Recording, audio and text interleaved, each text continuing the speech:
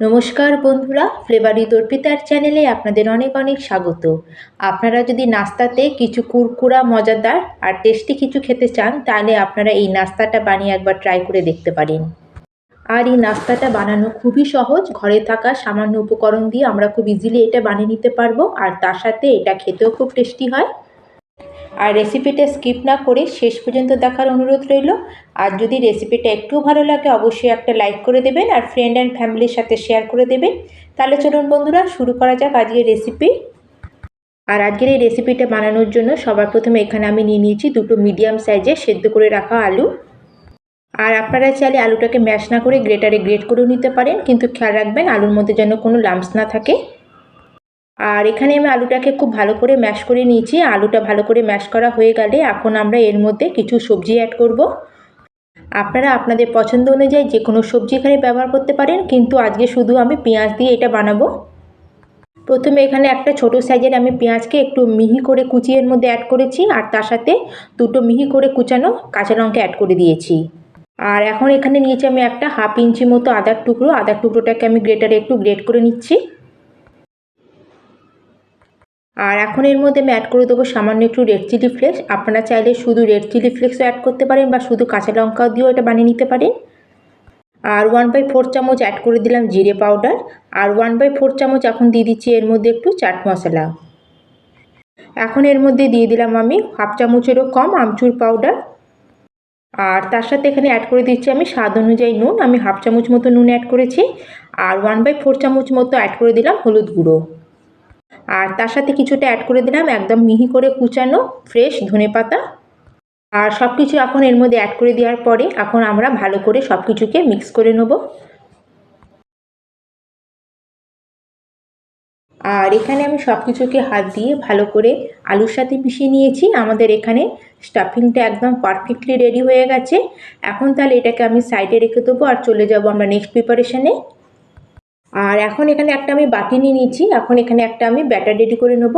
তার জন্য আমি হাফ কাপ নিয়ে নিয়েছি আটা। আর এখন এর মধ্যে সামান্য একটু দিয়ে দিলাম রেড চিলি ফ্লেক্স। আর হাফ চামচ মতো অ্যাড করে দিলাম সাদা তিল। দিয়ে দেবো কিছুটা পরিমাণে কুচানো ধনেপাতা। আর তার সাথে দিয়ে দিলাম 1 পিঞ্চ মতো নুন। আর সব কিছুকে খুব ভালো করে আগে মিশিয়ে আমি এখন নিয়ে নিয়েছি এখানে 1 কাপ জল। যেই কাপ মেপে আমি হাফ কাপ আটা নিয়েছিলাম সেই কাপ মেপে আমি এখানে 1 কাপ জল নিয়েছি।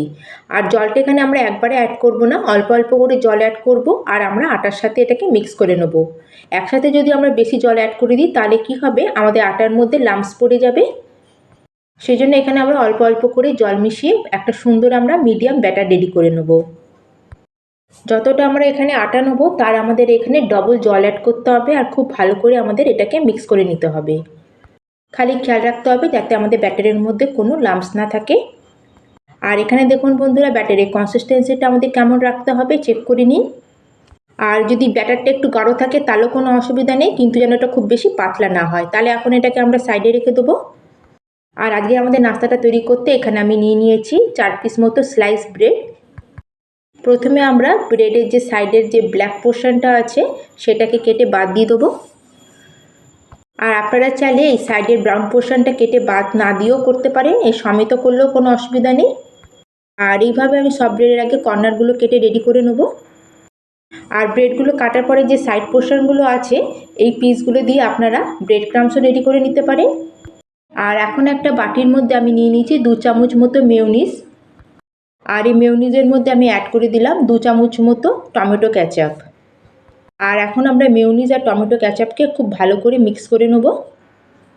আর খুব ভালো করে দুটোকে আমি মিক্স করে নেব।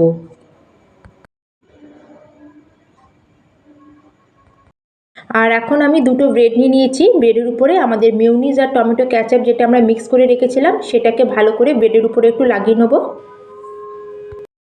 আর বন্ধুরা, এখানে আমি মেয়োনিজ আর টমেটো কেচাপ দুটোকে একসাথে মিক্স করে ব্রেডের উপর লাগিয়ে নিচ্ছি। আর যদি আপনাদের কাছে মেয়োনিজ না থাকে তাহলে শুধু আপনারা টমেটো কেচাপের উপর লাগিয়ে নিতে পারেন বা শুধু মেয়োনিজের উপর লাগাতে পারেন, বা আপনারা এখানে ধনেপাতার চাটনি বানিয়েও লাগিয়ে নিতে পারেন। কিন্তু যখন আমাদের চটজলদি কিছু খেতে হয় তখন তো চাটনি হয়তো হাতের কাছে থাকে না, সেই সময় আমরা এইভাবে মেয়োনিজ আর টমেটো কেচাপ দুটোকে মিক্স করে এর মধ্যে লাগিয়ে নিতে পারি। আর এখন আমরা এর মধ্যে আলুর মশলাটা দিয়ে দেবো, যেটা আমরা একটু আগে রেডি করে রেখেছিলাম। আর প্রায় 2 থেকে আড়াই চামচ মতো আলুর মশলাটা নেবো, আর আমরা এটা ব্রেডের উপর রেখে ভালো করে আমরা চামচে করে এটা স্প্রেড করে নেবো ব্রেডের উপরে। আর এই দেখুন বন্ধুরা, এইভাবে আমি 4টে ব্রেডের স্লাইস আগে প্রথমে রেডি করে নিয়েছি। আর এইভাবে প্রথমে ব্রেডগুলো রেডি হয়ে গেলে এখন একটা আমি ছুরি নিয়ে ব্রেডের মাঝখান দিয়ে কেটে এটাকে অর্ধেক করে 2 পিস করে নেব। আর তাহলে আমাদের এখানে 4 পিস ব্রেড থেকে 8খানা পিস রেডি হয়ে যাবে। তাহলে দেখলেন তো বন্ধুরা, এখানে আমাদের 4 পিস ব্রেড দিয়ে 8 পিস আমাদের এখানে নাস্তা রেডি হয়ে গেল। আর যখন আমাদের এইভাবে সব নাস্তাগুলো রেডি হয়ে যাবে তখন আমরা একটা আলুর পুর ভরা নাস্তা নেবো। আর এটা আমরা যে আটার যে ব্যাটারটা বানিয়ে রেখেছিলাম তার মধ্যে এটাকে ডিপ করব। আর আপনারা চাইলে আলুর পোর্শনটা যেদিকে আছে ব্রেডের সেই দিকটা আপনারা ব্রেড ক্রাম্বসে কোট করে নিতে পারেন, এটা পুরোপুরি অপশনাল। কিন্তু আজকে আমি এটাকে এমনি সিম্পলভাবেই বানাচ্ছি। আর এদিকে আমি একটা প্যানের মধ্যে কিছুটা পরিমাণে তেল গরম হতে বসিয়ে দিয়েছিলাম। আর যখনই তেলটা খুব ভালো মতো আমাদের গরম হয়ে যাবে তখন আমরা এইভাবে এক এক করে নাস্তাগুলোকে তেলের মধ্যে দিতে থাকবো। আর বন্ধুরা, আমাদের আলুর পোর্শনটা যেই দিকে আছে সেই দিকটা আমাদের নিচের দিকে রেখে প্রথমে আমরা সেটাকে ফ্রাই করে নেব।